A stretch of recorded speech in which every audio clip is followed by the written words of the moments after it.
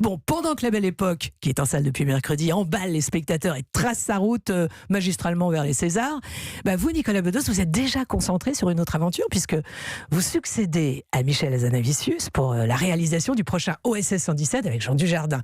Alors, toutes les scènes de repérage au Kenya que vous avez postées sur vos stories Instagram avant l'été, parce que je suis abonné, et dans lesquelles on vous voyait crapahuter tel un Indiana Jones sous le ciel africain, tout ça c'était pour le tournage d'OSS 117, c'est ça? C'est vrai. Ouais, c'est vrai. Oh, c'est pas quelque chose que je conseille à tout le monde, d'enchaîner de superposer quasiment les deux projets, parce que c'est vrai que oui, là vous partez sur une autre planète.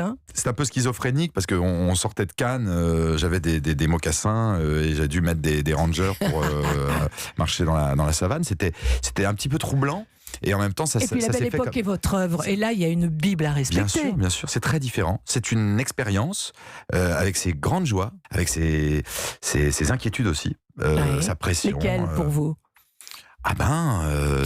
De justement apprendre à partager davantage parfois, parce qu'il y a un scénariste et que moi, je n'ai jamais jusque-là partagé le fauteuil. C'est-à-dire que vous avez toujours tourné les histoires que vous avez écrites. Oui, les histoires, chaque dialogue, chaque costume, tout, chaque décision était une décision qui m'était proposée de prendre. Et là, vous vous mettez donc au service à la fois d'un scénario, d'un personnage. C'est passionnant parce qu'il y a des gens qui ont beaucoup de talent, parce qu'il faut que voilà. Mais franchement, l'excitation prend le dessus sur tout ça, parce que en termes de mise en scène, c'est un jouet formidable. Et puis, imaginez un peu comment j'aurais pu refuser la proposition de faire du cinéma avec une vraie ambition esthétique, parce que c'est le cas de cette franchise OSS, et en même temps de suivre, dans cette époque très frileuse, très politiquement correcte qui est la nôtre, de suivre un type qui est à la fois misogyne, homophobe, raciste, réac. C'est assez jubilatoire.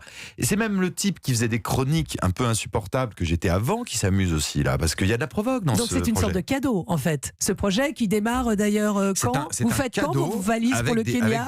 C'est un cadeau dans lequel qui comporte aussi des devoirs. J'ai des droits et j'ai des devoirs. Des devoirs vis-à-vis de tout ce public qui est devenu fan au fur et à mesure des années, des rediffusions télé, je rencontre dans la rue des gens qui me disent t'as pas intérêt à te planter, c'est pas simple.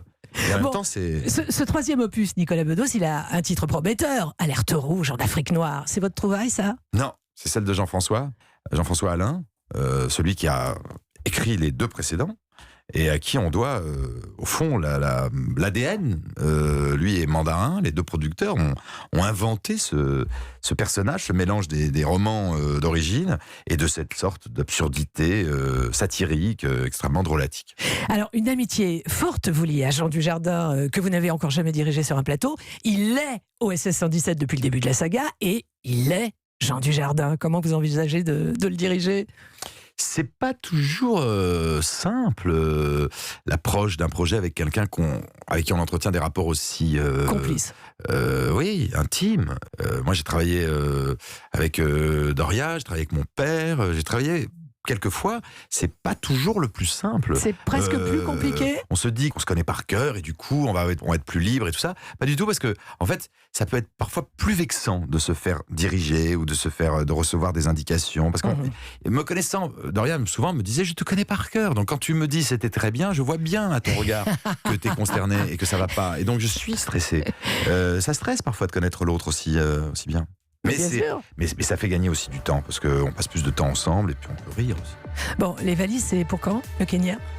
D'abord, il y a toute une partie qu'on va tourner en studio à Paris. Ah, là, d'accord. Je suis parisien encore jusqu'à Noël. Et après, l'Afrique. L'Afrique. Wow, on en reparlera. Allez, on se retrouve tout de suite, Nicolas Bedos.